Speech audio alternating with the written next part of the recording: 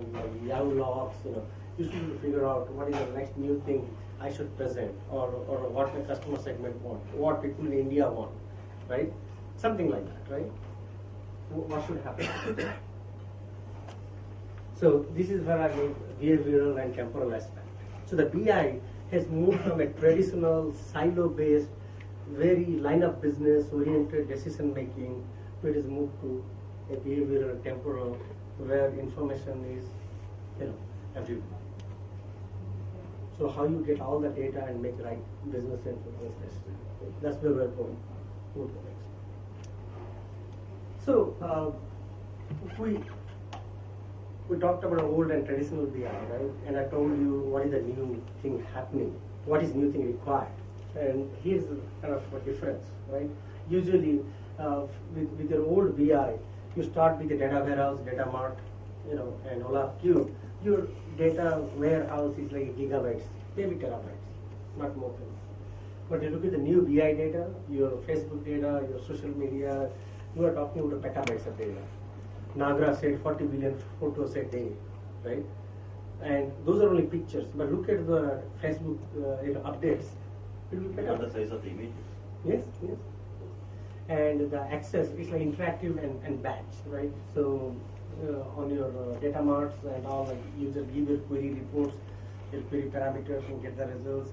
Or you run in a batch mode over the night. It's like banks, suppose do they do credit score reporting every night. It's a batch job, right? But in the new BI, because the data is coming in such a huge manner, right? And you have clusters of servers serving the data, you have to do it in a batch mode. Big data is not yet real time. It's not yet interactive, okay? Because you have to capture petabytes of data, filter it, and get it, and then process it. Okay? It's still the batch mode. Updates, read, write many times, but here write once and read many times. So in this new BI, you just store once and then you start analyzing it. That's the way it is right now. But these are changing, as I say. The structure is static schema because this is on the relational database side, SQL Server or Oracle or DB2. But here dynamic schema. This is unstructured data, the right side. There is no schema. You just get a key value pairs. Name this or address this. There is no real schema. Integrity is like high SC properties, atomicity, concurrency, idempotency, and so those are the traditional database properties. And here, that's not a requirement. In big data, the SC property, which is the crux of a relational database, is not a requirement. And here, more importance is how fast you are processing these petabytes of data quickly to just go and add or get some decisions out. Okay, that's the more important. Scaling in non-linear, here is linear. You just add more clusters, you can process more data. Okay? BVA ratio is 1 to 40. So for the 40 servers, you need 1 BVA, but here you need 1 to 3000. So look at the Yahoo's Hadoop cluster. There are thousands. Like how many people are managing the Hadoop cluster? Maybe 3 or 4 people. Because the hardware is commodity, and the way the Hadoop cluster, the way the big data architecture is, you don't need so many DBs. Everything is automated. Okay. Next. So the way I discuss the BI landscape is through these two stages: storage, processing, query, and presentation. At first, you store the data. Then you process the data, then you query it, then you present it. We'll go step by step. Okay? So, as I said, in your big data BI, because you're handling so much of data, right? You may not need, you cannot do it in-house. So you have to store the data in the cloud. Cloud means, it could be Amazon or it could be Google. I'm going to show a demo on the Google compute right now. So you just rent the servers. Suppose you need, say, 1 petabytes of storage, for all the data, right? So we just rent the machine. So obviously, you're not going to buy servers, storage arrays, and all to store the data. So definitely storing in the cloud, right? Process and query data in the cloud. The way you want to, so you like to click to the query and the data mine, return the data locally because your data would be on the cloud. But when you query, you want to get the results locally. That could be a requirement. And use self-service BI visualizers. I will show a demo what you mean by BI visualization, big data BI. And sometimes you need to mash up the cloud data with your local data. Okay?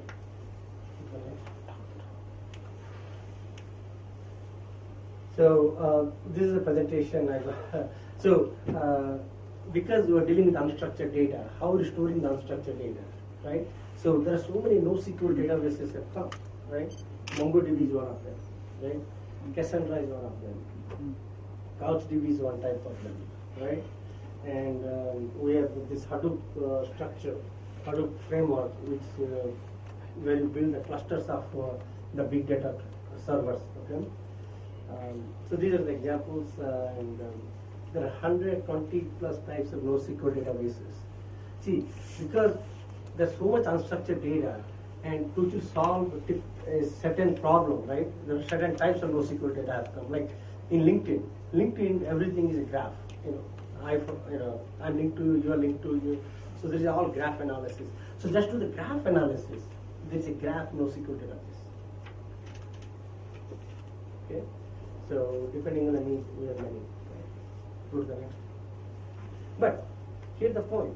So your data has become unstructured. Data is coming in unstructured manner, but still your business runs on Oracle or SQL Server, right? So this is very important that what you get in unstructured way, right? Huge manner. You store it, process it, but at the same time you integrate with your OLTP database like Oracle or SQL Server. So 3 to 4 years back, Oracle developed this loader for Hadoop. Okay. So once you process the customer data, right, or product data, or like email data on Hadoop, which are huge petabytes of data, right? You get the data and put in Oracle or your Oracle OLTP to do real business decisions, and then you use Cognos or other things on top of Oracle. So there are Oracle loaders for Hadoop available. Okay? So in this chart, what I'm showing is, though the big data BI is all about unstructured data, but in the end, you have to connect to the OLTP data, right? I actually forgot to tell you one thing, that currently like 85% of data the businesses deal are unstructured data. Only 15% data is structured data.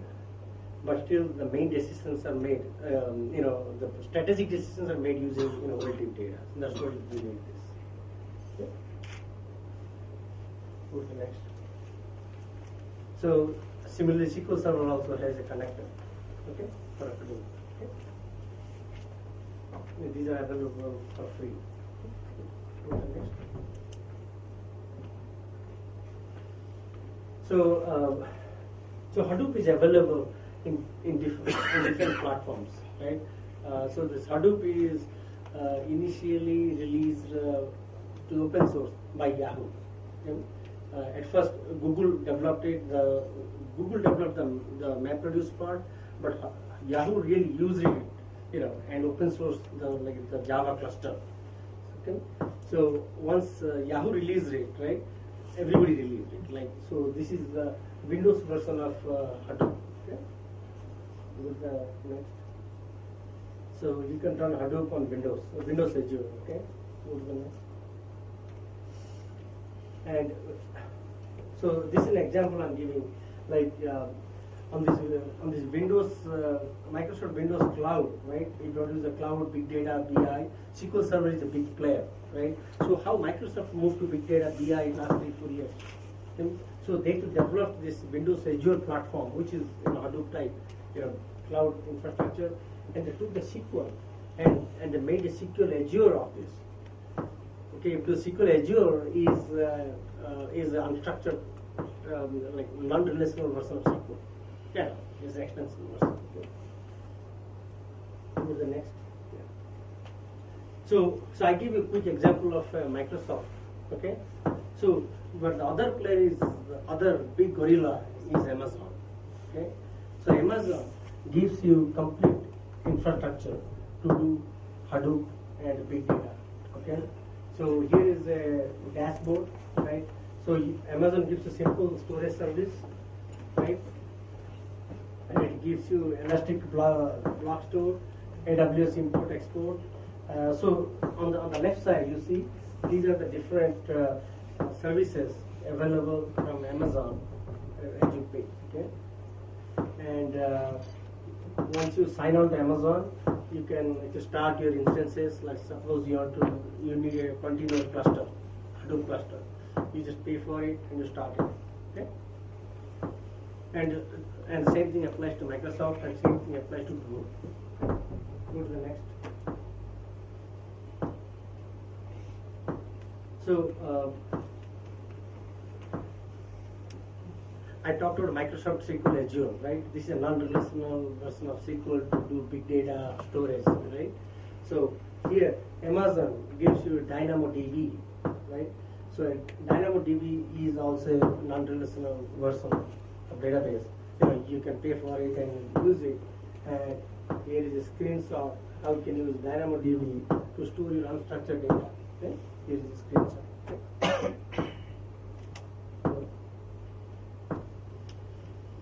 And so we talked about Microsoft as a provider, we talked about Amazon as a provider, and now it's Google. Okay, so Google also, Google is the like gorilla, right? The whole Google search runs on a kind of a big data cluster. So Google also gives you, storage, CPU, all the and instances, like Linux instances to set up your big data infrastructure. It is called Google App Engine. And Google also gives you MySQL. Okay? Because sometimes once you store the unstructured data, right? Sometimes you need to pull the data into MySQL and then do your traditional BI analysis, right? So you don't need another. You do not need another relational database. Like Google gives you MySQL.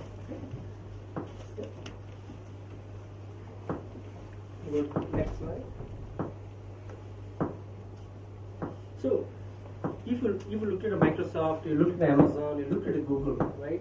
Everybody's focus is on NoSQL data because, as I said, 85% of the interesting data is now non-relational data and NoSQL. And there is another angle to it. Why it is so popular. And why there are 120 versions. Why big data needs that kind of database. The main reasons are these NoSQL databases are open source origin and they have momentum and a lot of venture capitalist finance. Like Silicon Valley, like venture capitalists are putting a lot of money into NoSQL data. Okay? And they have a mission. They want to make the cluster of commodity, hardware and storage. You have a commodity, you take Intel servers and put thousands of them in a room, boom, you can build a database, a NoSQL database. That's so easy. For that to do, you don't have to pay premium to Oracles or IBMs or Dells or HPs. You just can do your big data server or the cluster using commodity. And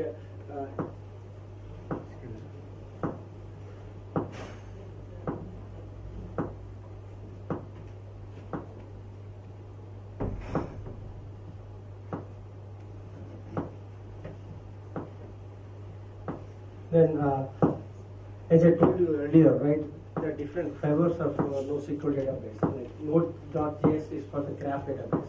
You can do relationship analysis. Right? And MongoDB for general schema-free data.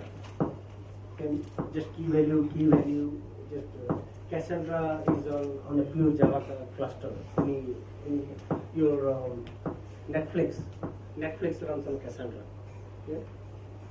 And CouchDB is for general document. Your AOL, when AOL puts an ad for you, right?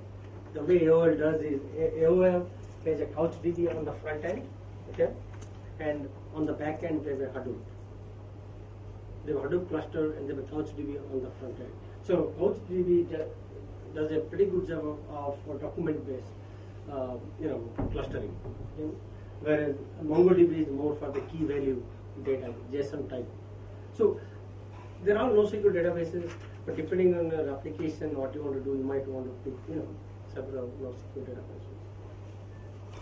And the hard, though I do come from a relational background, Informix, Oracle, SQL Server, all kinds of databases. Hello.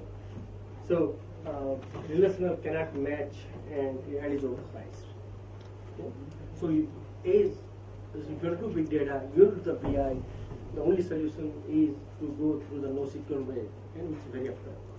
Okay? So what is the use of these clusters of storage? So your question would be, give me a sample use case of this. So one of the very successful startups in Silicon, they've done IPO, is Splunk. Splunk is a company in San Francisco, and what they do, they actually look at they actually go to your data center, right? And they look at every server that is running, all kinds of servers, WebSpheres, your DB2 or your Oracles or whatever servers you're running, right? And it collects all kinds of logs, right? You look at like TCP, your network logs, your storage logs, your Windows event logs, right? All kinds of logs, right? All the dirty things, okay? They collect. And once they collect that log, and then they put in a Hadoop cluster. So what they're getting, they will mine that log.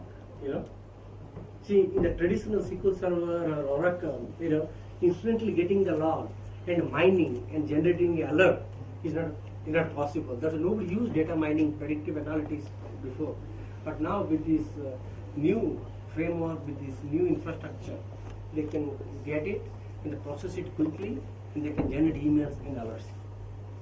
Splunk does that. Okay? It is a showcase. Go to the next one. So look at the things they monitor for you. Windows, Linux, Unix, virtualization, application, databases, networking, all the configuration data, all the logs, all the messages, all the errors. They are not doing anything magic. Data center is running, right? You just take your cluster, get the data, and analyze. Okay?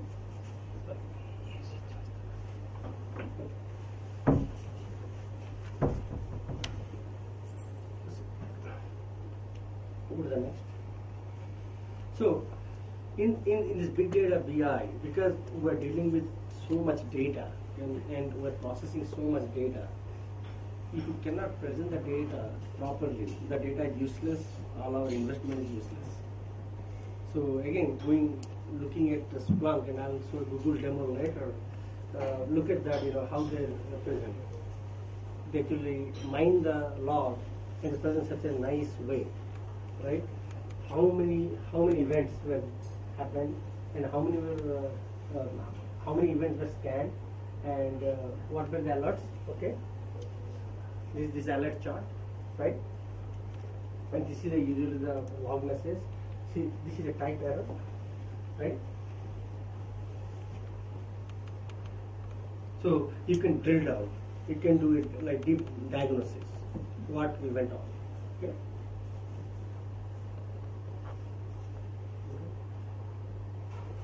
So what I did, I talked about this new BI and how this NoSQL is so important, and I gave a quick example of how to use the Hadoop and this Hadoop infrastructure to look at logs and alerts and be productive, right? Basically, with Splunk, you're reducing your operational cost. Okay? You're making your process better. And as I told, in the big data, in the new big data BI, everything is about presentation and analysis. Okay? Now, because we're using, we're dealing with such a large amount of data, there should be somebody or a group of people who look at the data, look at the logs, or look at the report, and analyze and tell the management that this is what needs to be done. Because, so here comes the evolution of data scientists. Okay. So the concept of data scientist came like 2-3 years back. Okay, it's because a lot of questions came. Is your data deluge happen? Question is, who prepares the data? Who asks the right questions? Now, see, data is coming to Hadoop cluster. They are getting processed, and you're getting filters. You're getting MapReduce jobs, right? But so you're still seeing the patterns, right? But looking at the patterns, there should be somebody who will ask the right questions, who will understand the languages, the domain. Nagaraj said about hospital data, right? Hospital data, you all kinds of data. You do the machine data. You do the machine data, patient data, doctor data, and finance data, all data, right? So, will you take somebody from a retail, from Reliance Friends, put in the hospital, look at the data and give advice? No. Right? So, and then who can understand the results? Okay? So that's the evolution of data scientist came. Okay? Go down next. So if you look at today, there still, it's for almost a year and a half, like data scientist job is the hottest job in Silicon Valley today, even today. If you're a PhD from a good school, if you're a statistical PhD, and you've done some data mining research using R language, your job is guaranteed. Okay, right now in Silicon Valley and everywhere in the US. Because one of my relatives, he graduated from University of Minnesota, and he got a job at TVO in Boston last week. He just used the R language and did some 20 gigabytes of data analysis for his PhD thesis on some government data. That's what. Salary is what, 200K? I don't know. Might be, yeah. I don't know. Anyway, so if you look at the data scientist profile, right? If you look at the traditional data analyst job, right? He's more here, less of crunching, little bit of querying, clicking, and kind of here. He's somewhere here. Okay? Less programming, but more looking data pattern. But you look at the data scientist, right? He or she needs to be a number cruncher. Should be able to handle all kinds of data, understand the data and crunch it, and less of programming skills. Okay, but so more programming skills he or she knows, like our language is better, but that's not a necessity. But understanding the domain, understanding the number crunching skills for the domain is more important. Because for the hospital, the kind of crunching you will do to get, the hospital management best decision is very, very different what you do for retail or transportation. So here your traditional BI KPIs are merging with a new big data BI, but in the form of a data scientist. You need to put somebody who can crunch it. Okay? So I gave you introduction of introduction to data scientist and why it evolved, right? I told about that. So there have been a lot of conferences that have been happening, and a lot of research papers have come, a lot of theses have come. I give an example. Somebody finished a PhD and got a very good job in the US. So who is a data scientist? So data scientist sits in the middle. He can do a little bit of research. He knows the domain. Okay. And there is a danger zone because he or she is dealing with so much data.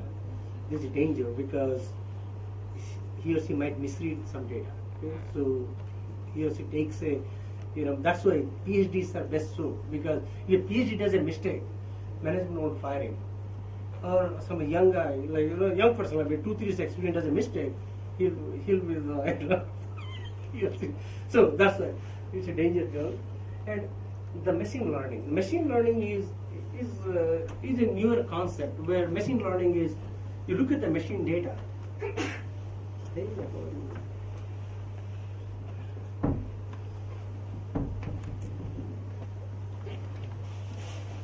So, so this machine learning is your like artificial intelligence, right? So you're getting this machine logs, right? And you're really crunching them, automatically, and getting some intelligence out of it. So there is an Apache program called Mahout, which does machine learning for you. So again, this is part of the number crunching game, okay? And obviously you do the statistics, okay? And you have to do some hacking with R language or scripting. That's very good. And you need to have domain expertise. Look at that, domain. Everything stands for domain. So data scientist, okay, could be general, but to the best data scientist, you have to be domain expert. Okay? So, go to the next.